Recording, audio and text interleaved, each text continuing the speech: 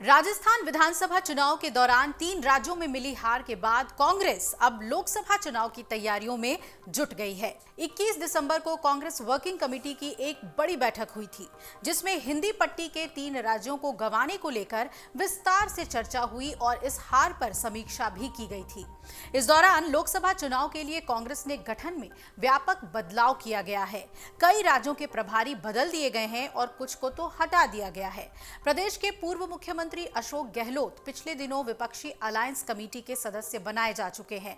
कांग्रेस के राष्ट्रीय नेतृत्व ने गहलोत के विरोधी रहे सचिन पायलट को छत्तीसगढ़ का प्रभारी महासचिव बनाया है। संगठन में हुए बदलाव से राजस्थान कांग्रेस में अशोक गहलोत का ही दबदबा नजर आ रहा है। गहलोत दिल्ली में रहकर राजस्थान सहित अन्य राज्यों में कांग्रेस की रणनीति तय करेंगे, जबकि पायलट आगामी 5 महीनों तक केवल छत्तीसगढ़ में व्यस्त रहेंगे। ऐसे में सवाल उठता है कि क्या एक बार फिर से सचिन पायलट पर अशोक गहलोत भारी पड़ रहे हैं?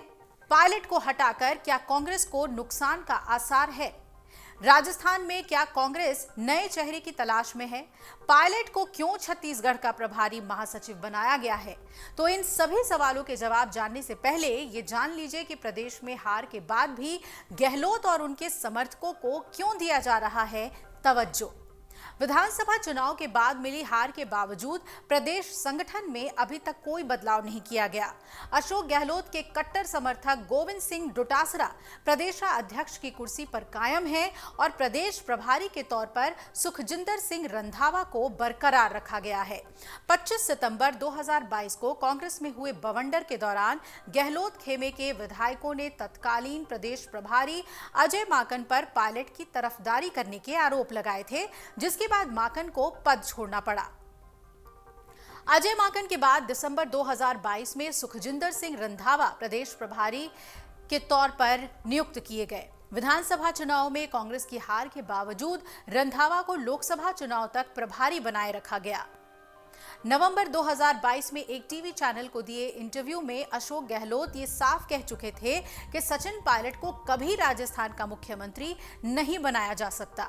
भले ही कांग्रेस हाईकमान ने नेताओं को बयानबाजी से दूर रहने की नसीहत दी हो, बावजूद इसके गहलोत ने कई मौकों पर सार्वजनिक मंचों और मीडिया से बातचीत करते हुए कहा कि जो व्यक्ति पार्टी के साथ गद्दारी करे उसे मुख्यमंत्री कैसे बनाया जा सकता है।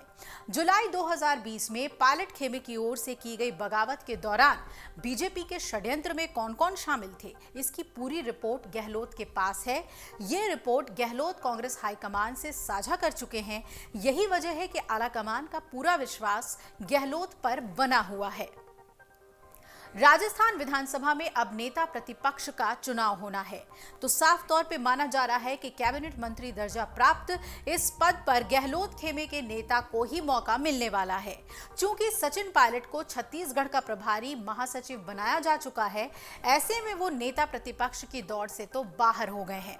गोविंद सिंह डोटासरा को भी पीसीसी चीफ पद रहते हुए 2 बड़े पद दिए जाने की संभावना नहीं है।